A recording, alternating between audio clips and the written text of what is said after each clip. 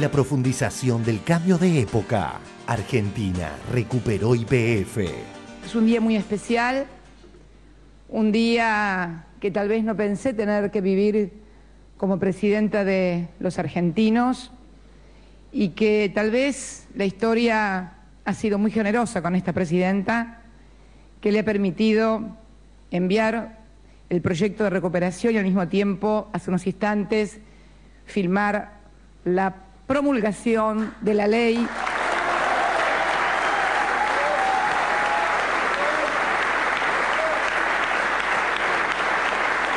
que por amplísima mayoría aprobó en el marco de las instituciones como corresponde el Parlamento argentino. Y quiero una vez más agradecer a los distintos partidos de la oposición que acompañaron este proyecto. Por primera vez tenemos una ley votada con una mayoría como no se había obtenido otra desde el año 2003 a la fecha.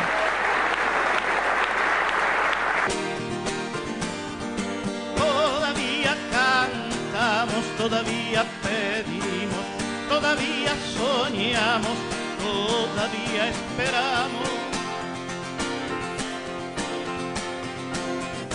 A pesar de los golpes que hace esto en nuestras vidas, el ingenio del odio desterrando al olvido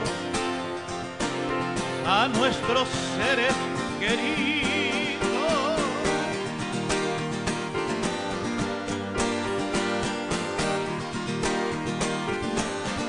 El talento y la sensibilidad de nuestro director Julito Nicolini hizo coincidir a la bella poesía de Víctor con la bandera y los ojos de Néstor.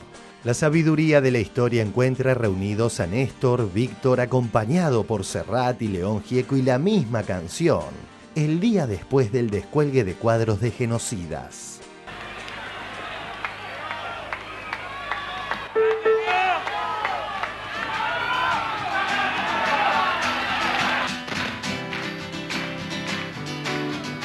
Todavía cantamos, todavía pedimos, todavía soñamos, todavía esperamos. A pesar de los golpes que aceptó en nuestras vidas, el ingenio del odio desterrando al olvido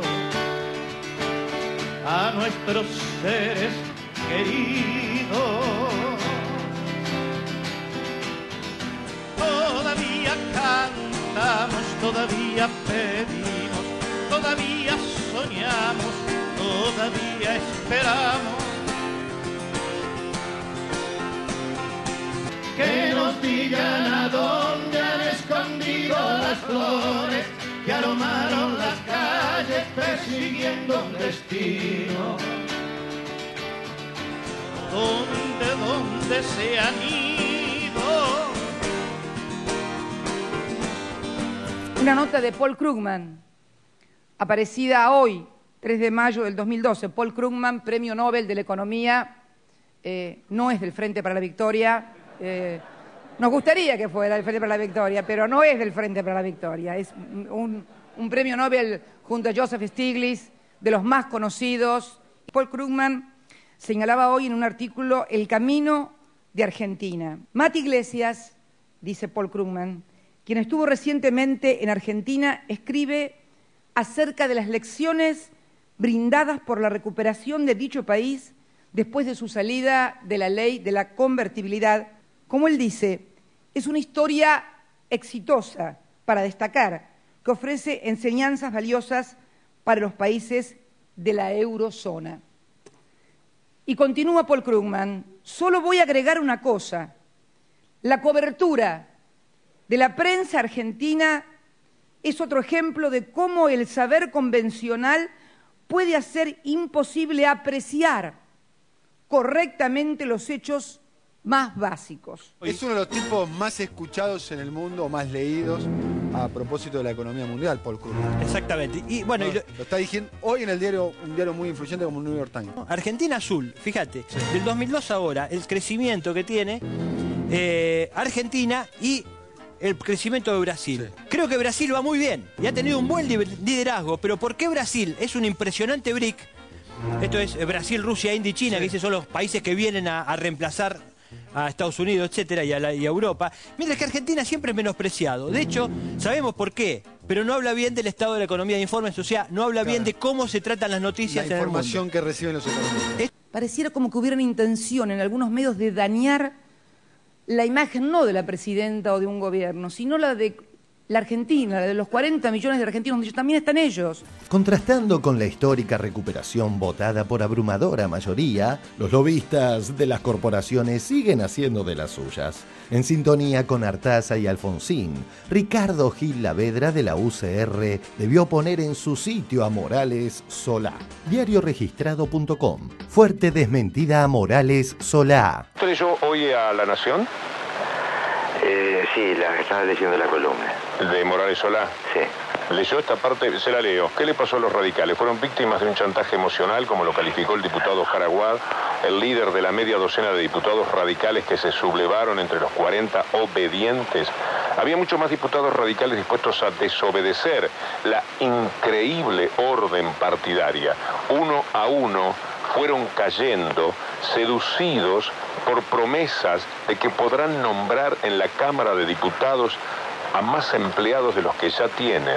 La práctica es innoble, pero no explica la decisión del radicalismo. ¿Cómo entender esto? Porque esto es corrupción pura. Mire, esto es absolutamente falso. El hecho falso es recoger especies difamatorias y no tener el más mínimo interés ni siquiera de consultar otras fuentes para ver cuál es la realidad de los hechos. No es verdad que hayan entregado el voto por tener más empleados. Es una barbaridad. El que no se quedó atrás fue Castro al intentar aprovechar políticamente la tragedia de Once. Usted sabe que en el gobierno respiran aliviados porque lo de YPF le ha levantado todo el costo político que era la tragedia de Once, ¿no? Este es un tema que al gobierno le preocupaba. Digo, qué duro cuando una tragedia, digamos, al poder le interesa desde el punto de vista del costo político, ¿no? Yendo al morandinismo, el cambio de época se topa con esta paradoja. Desde una columna en Clarín, Humberto Tumini realiza la clásica crítica de su actual sector político. Diario Clarín por Humberto Tumini, secretario general de Libres del Sur en el Frente Amplio Progresista. Lo tuvimos a Menem, que accedió gustoso a entregar YPF. Néstor y Cristina Kirchner apoyaron esa medida. Uno va construyendo el resultado. Si no, San Martín, cuando se embarcó en 1812, le decían, ¿por qué no cruzaste los Andes? No, había que hacer el regimiento de Granaderos a caballo, la gobernación en Cuyo, cruzar los Andes, llegar a Lima después de tantas tribulaciones y tantas cuestiones. Eso se llamó nuestra epopeya de la independencia. Bueno, mutatus mutandi. Lo que nosotros empezamos el 25 de mayo del 2003 es el hilo de la soberanía nacional primero, con el desendeudamiento, con el chavo del Fondo Monetario, soberanía popular, 22% primero, 44% después, 54% ahora, soberanía monetaria con la reforma de la Carta Orgánica del Banco Central y soberanía hidrocarburífera. Me parece que este planteo según el cual se juzga en términos generales la postura de un sector por las decisiones que se tomaron antes, es un poco injusto. Hay momentos en los que la coyuntura obliga a una determinada postura y la historia permite las circunstancias como para esto. Cuando hace más de 3 años Tumini se cambió de partido, esta era su argumentación. Cambia, todo cambia. ¿Cambió Kirchner? Cambió. De los 2 primeros años de ser un dirigente audaz, decidido, a pesar de ser los años más difíciles, a cambiar la Argentina, empezó paulatinamente a moderar su proyecto. El kirchnerismo maneja hábilmente el doble discurso y habitual suele ser que pongan el guiño a la izquierda para doblar luego a la derecha, dijo Tumini. Pues bien, de 2008 a esta parte el kirchnerismo impulsó la recuperación de los fondos de los jubilados, la ley de democratización de medios, el fútbol para todos, la reforma del Banco Central, el matrimonio igualitario y la expropiación de YPF, entre otras medidas. Tumini, en cambio, es columnista semanal en la página del monopolio Clarín, tn.com.ar. Yendo a otra postal del cambio de época, se cumplen hoy 2 años de la sanción del matrimonio igualitario. Al igual que ayer, el diputado Agustín Rossi nos regalaba otro de sus cierres memorables. Estamos convencidos que la Argentina tiene un futuro próspero, que la Argentina tiene un futuro que nos engloba a todos.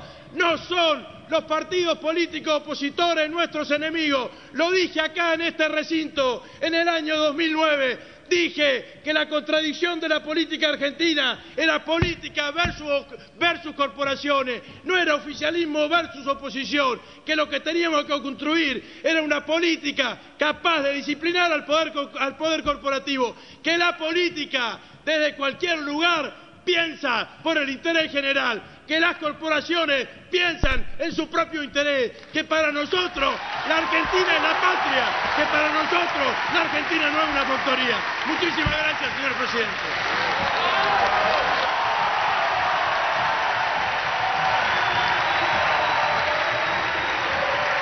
Matrimonio igualitario, año 2010.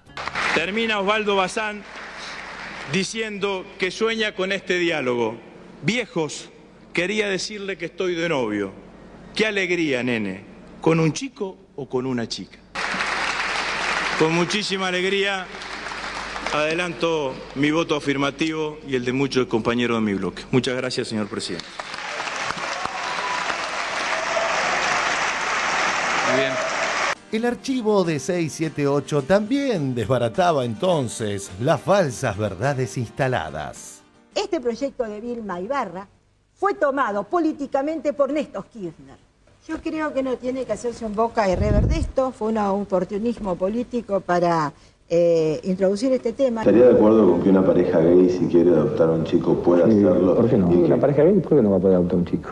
¿Qué es lo que tiene una pareja heterosexual a una pareja gay? ¿Qué es lo que tiene? ¿Cuál es la diferencia? Ninguna. Fue un oportunismo político para introducir este tema. Todavía cantamos, todavía pedimos, todavía soñamos, todavía esperamos.